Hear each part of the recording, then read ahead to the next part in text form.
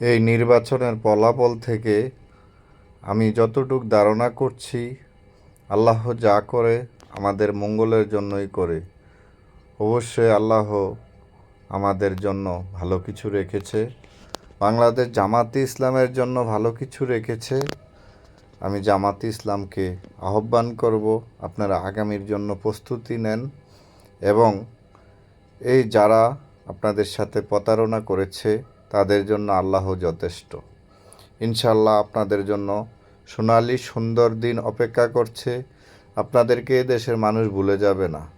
এদেশের মানুষ আপনাদেরকে এবারের থেকে আগামীতে আরও বেশি ভালোবাসবে এবং আপনাদেরকে অন্তঃস্থল থেকে বরণ করে নিবে। এদেশে ইসলাম ছিল, আছে এবং থাকবে। যুগে যুগে জামাত ইসলামকে ধ্বংস করার পায়তারা চলেছিল, কিন্তু কেউ করতে পারেনি। যার পক্ষে আল্লাহ আছে, যে মমিনের মনে আল্লাহর ভয় আছে, সেই মমিনের জন্য আল্লাহ যথেষ্ট ইনশাআল্লাহ।